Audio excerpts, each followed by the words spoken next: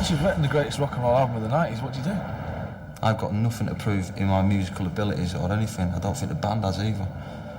I thought at the end of the last record that the band was going to break up and I was never going to write any more music again because I didn't have any songs left. And being I was the fucking... Right, we were up there, we were this band and that.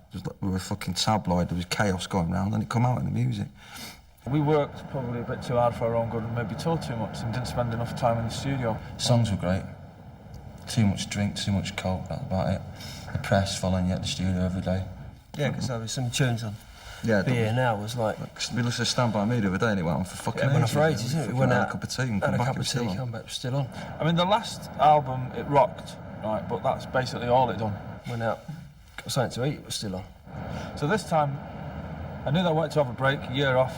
I knew I wanted to spend, you know, most of that year writing and then the next year recording, which is what we've done. And this time round, I think, right then, you know, we've got to fucking re-establish ourselves as, you know, what we should have done in the first place, you know what I mean? We're a great fucking band.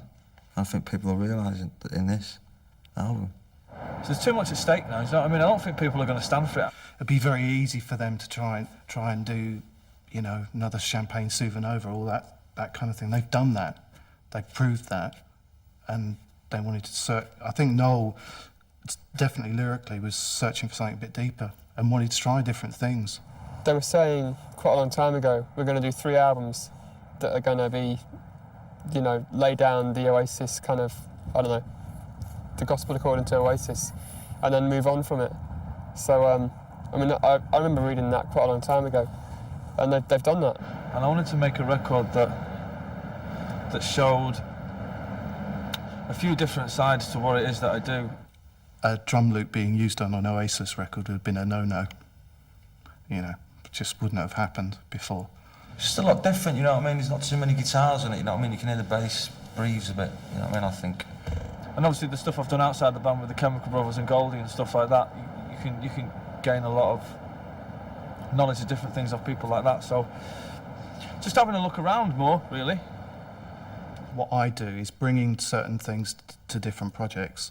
Like I've worked with Massive Attack a lot, and maybe certain elements that I would have, that they capture may have come into like how we've made this record and the way they approach maybe the beats. Because it's real sort of dancing, that's what I'm into really.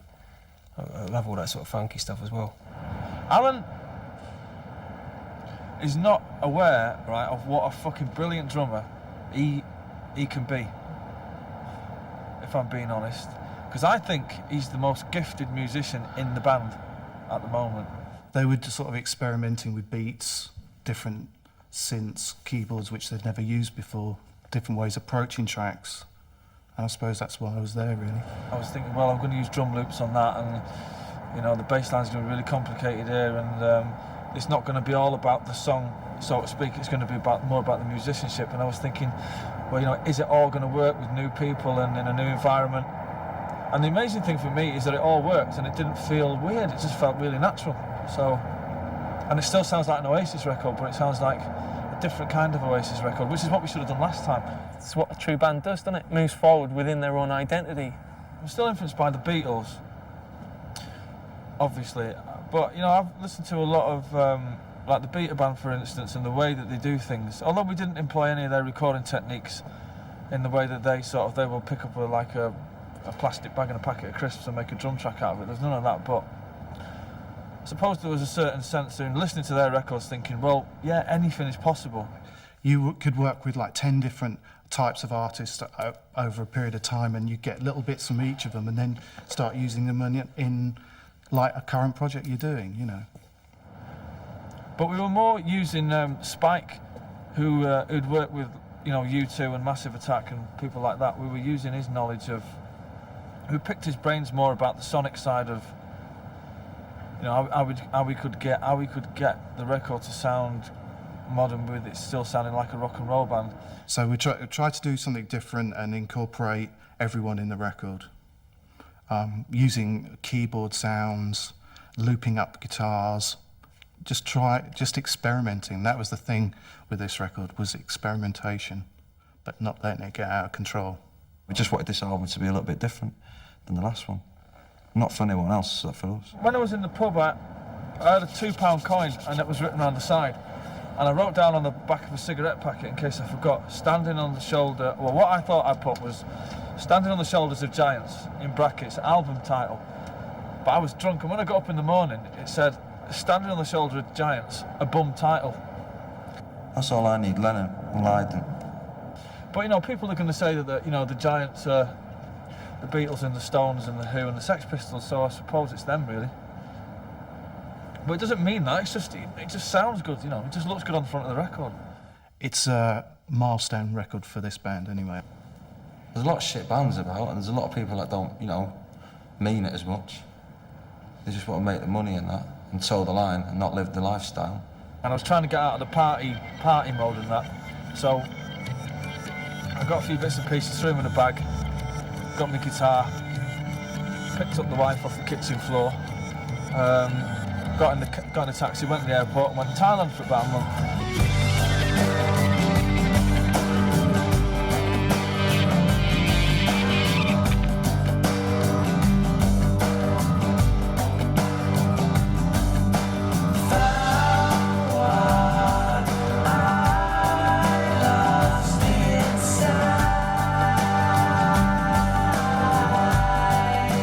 There's all these monks hanging out there, like proper ones and that, you know. Not like the ones off Robin Hood or anything like that, like proper ones with skinheads and that. And we would, you know, we would end up going around all these little villages, and we met some great spiritual people there, you know. Not that I don't really think I'm affected by that in any way, but it was a sense of well-being on my behalf one morning, and the sun was shining, and there was lots of animals knocking about. Here's another Sunday morning call. You hear the banging on the door. I think it's about fucking taking too much drugs, watching everyone fall away, and you coming through the other end, and no one else. It's the one that touched me the most, yeah. Because it was... And it's my favourite song. I don't sing on it. Ain't that weird? The chorus is about, it's a tiny little bit about how how in England we're quite fascinated with why famous people and rich people act like absolute knobheads 24 hours of the day. And we're fascinated by that, and we put them on the front cover of newspapers, and that's basically saying, well, you know, is it any wonder why people act like that?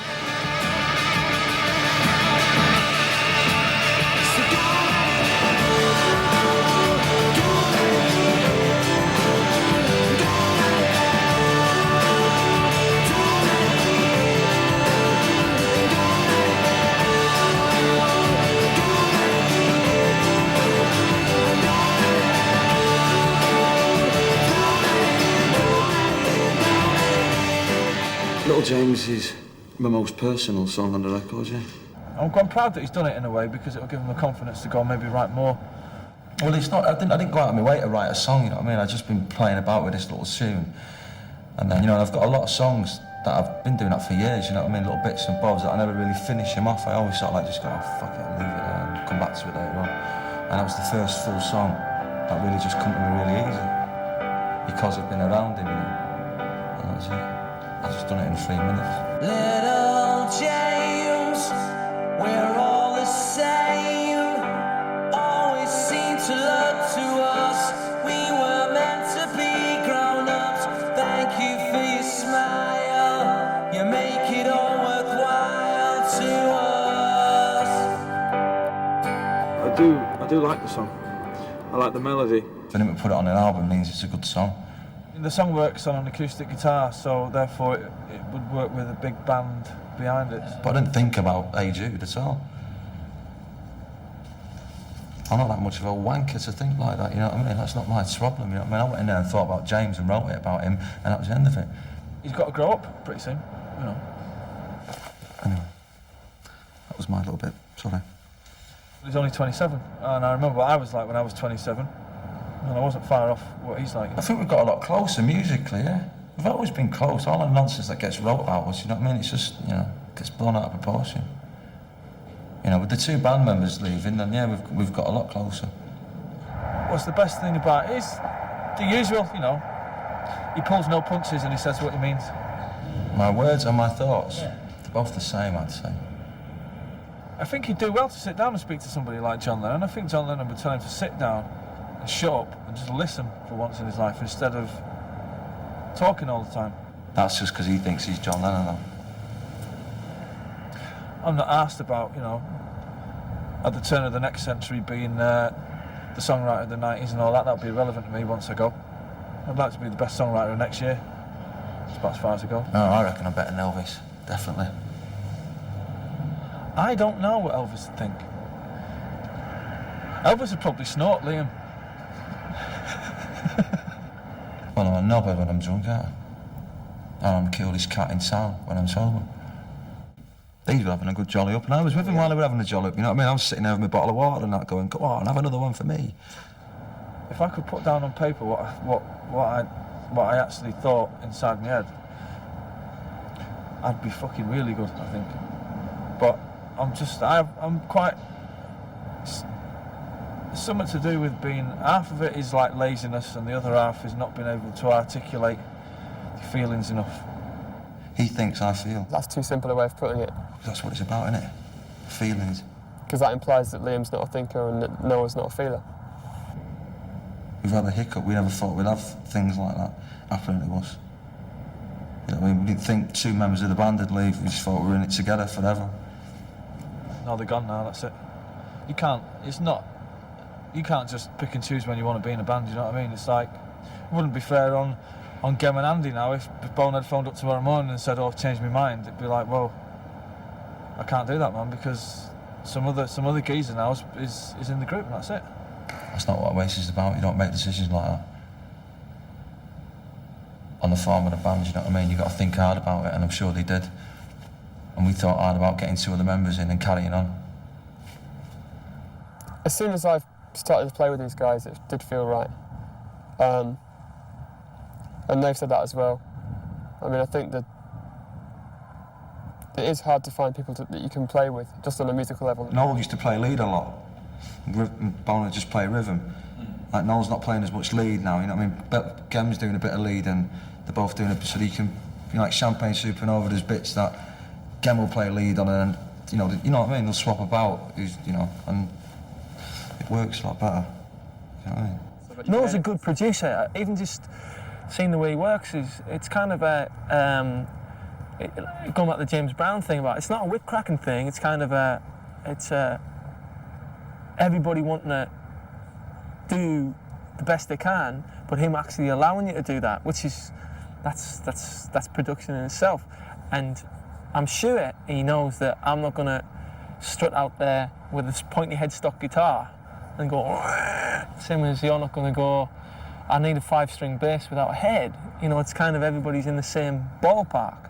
We know what you can do, you know, and we just went, look, you just fucking do what you do. Don't play what Bonehead play. We don't want you to do what he's just done, you know what I mean? We want you to do what you do, and if it's a bit fucking over the top, we'll stop you. You know what I mean? We just want you, for anything that you get from the old songs, you put into your bit, you put your bits into it that you feel you can hear. And if they're good, we'll keep them in, and if, like, you know, they're a bit over the top, we'll tell you. I don't want to change it. I think it's great how it is. It's going to be weird to see how it works out, but I mean, it's all very exciting because, number one, because they're great musicians, you know. It's weird joining this band full stop. And they're at that point where they're not that cynical about it yet. Things like this throughout your life are gifts, and you've got to say thanks. That's what I believe. Hopefully that the 5 of us that are in the band now will make more albums than the original 5 did, so... There's been too much said about what things mean. Just let people make their minds up on it. You know what I mean? Right. I'm not here to share my views, you know what I mean, about it.